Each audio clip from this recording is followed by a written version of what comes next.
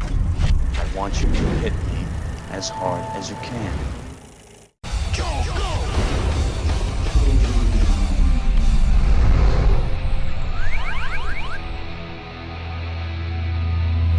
Well, my friends, a new year of awfully good movies is upon us. And for those of you who think the first month of January is just an excuse for Hollywood to dump out its crappy movies, then you should treat yourself to the acclaimed second adaptation of the books about Britain's favorite marmalade-loving grizzly bear, Paddington Bear, in Paddington 2. And since that first Paddington also ended up being a surprisingly great January release, it's good to see that our children have movies they can watch out there which don't insult their intelligence. Now, if you want another kids movie about bears that isn't quite so good, then let us talk about Disney's 2002 adaptation of The Country Bears. And yes, by Country Bears, I'm referring to the Country Bear Jamboree attraction at the Magic Kingdom of Walt Disney World. Because while Disney may have hit pay dirt in 2003 with their film version of Pirates of the Caribbean, their film adaptations of their theme park attractions hadn't done so well beforehand. There was the 1997 TV movie version of Tower of Terror, Brian De Palma's theatrical movie of Mission to Mars, and now this flick based off those hillbilly bears who could sing and play country music thanks to the magic of Disney Imagineers. But even though kids could now see the Country Bear Jamboree on the big screen without having to wait in line, the film's ass got beat at the box office by Austin Powers 3, and its bad reviews sure didn't help.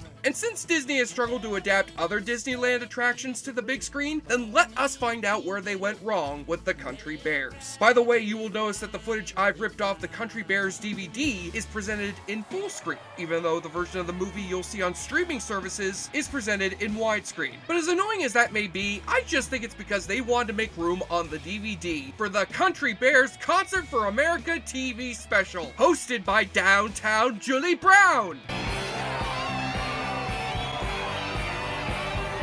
Hell, I think Disney should have gone all the way and had these bears join together with the Ninja Turtles for an epic world tour. It would have been the Watch the Throne tour of animatronic singing robots who exploit stupid children for money.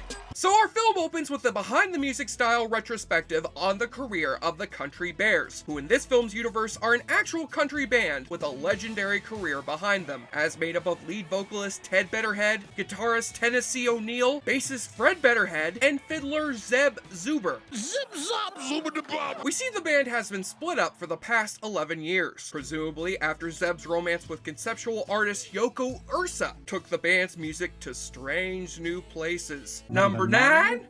Number 9? Number 9? But the group still has a young fan out there by the name of Barry. Yes, spelled B-E-A-R. Why are you making me watch this? Seeing as he's also a talking bear, as voiced by Haley Joel Osment, who's starting to look a lot like a bear himself nowadays. You see, Barry's been raised by a human foster family since birth, and one day he asked his dad, Ned Ryerson, bang! Bang! Why he looks and feels so different from the rest of his family. Mom, am I adopted? Of course not, honey. Even if you were adopted, we would love you as much as we love Dexter.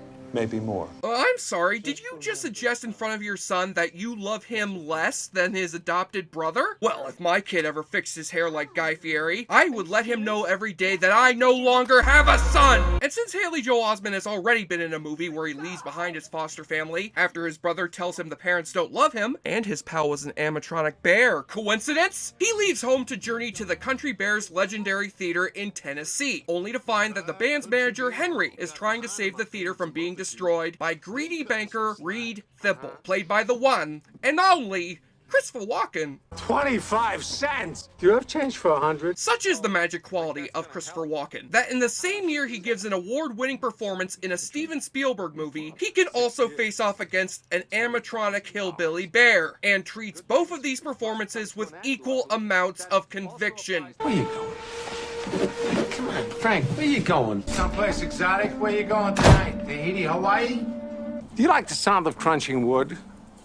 I do. And while Henry is ready to admit defeat, Barry gets the bright idea to save Country Bear Hall with a benefit reunion concert of the Country Bears band. And holy hell, did Disney just rip off this movie's plot for their Muppets reboot movie? Well, at least Kermit just has one hand shoved up his ass, while these Country Bear puppets have to have an entire body shoved up there. So Barry and Henry drive across the country with their old tour bus driver, played by Swamp Thing from Con Air, and all the other Country Bears eventually come around to quit their new jobs and agree to rejoin the band. Except for Zeb Zuber, who's now a stool-sitting booze hound in a dive bar. Except they serve honey instead of beer. Ha ha ha, alcoholic bears are hilarious. And its bartender, Queen Latifah, won't let Zeb rejoin his bandmates unless he pays off his tab by winning a musical duel with the bar's house band. But if he loses, I get to keep the Country Bear tour bus. And with none other than Brian Setzer leading the house band, how does Zeb stand a chance of winning this battle of the bands? I'm hereby challenging. Fuck a beat, I go a cappella.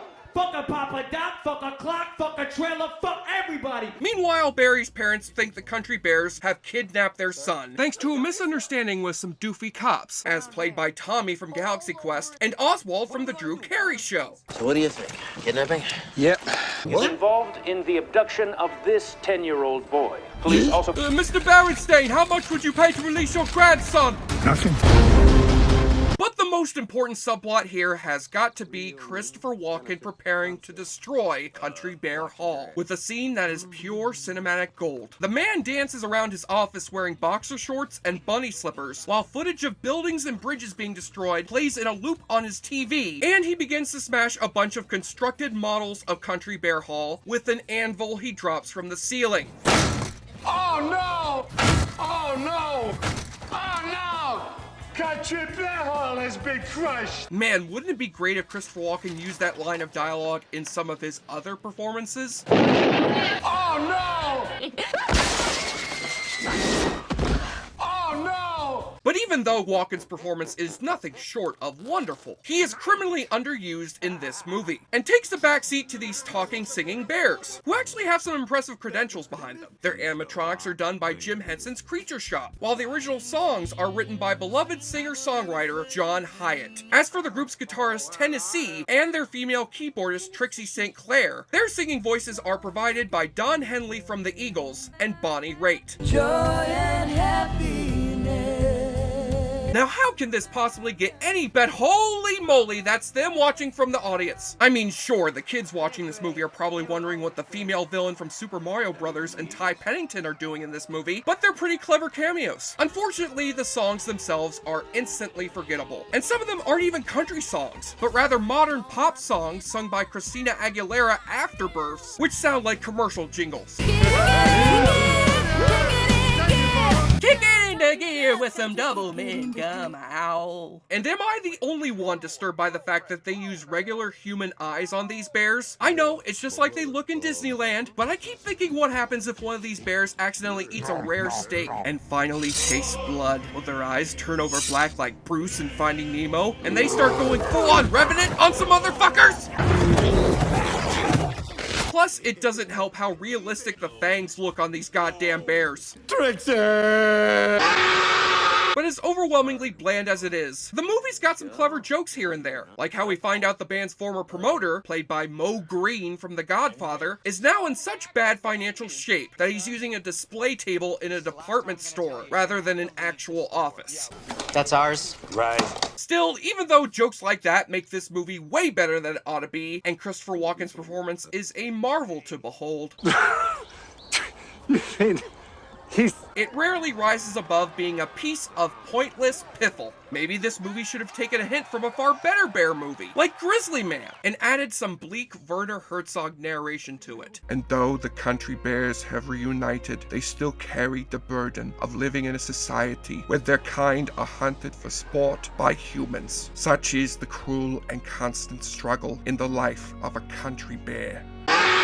Much like the gummy bears, you too will soon be bouncing here and there and everywhere once you play a round of the awfully good drinking game. Take a shot or drink every time they break out into another musical number.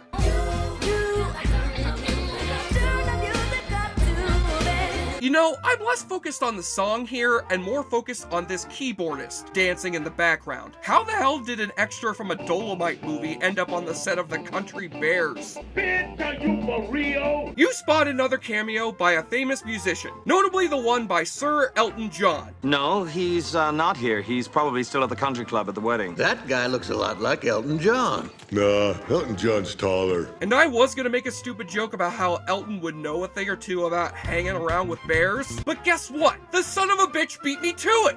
I always hated bears. I knew it! Damn it, Elton John! Your self-deprecating sense of humor has defeated me once again! They mentioned Zeb Zuber's addiction to honey. Zeb never gave up the honey. What do you say? You give up the honey and come with us. Me and Zeb opened up a can of honey on the roof of the White House. We had a great time. So if Disney is suggesting that honey is to bears what beer is to humans, then that must mean that the Winnie the Pooh series is actually supposed to be about a hopeless alcoholic. Empty again. Only the sticky parts left. And take a double shot when Christopher Walken utters the greatest line of dialogue in his career.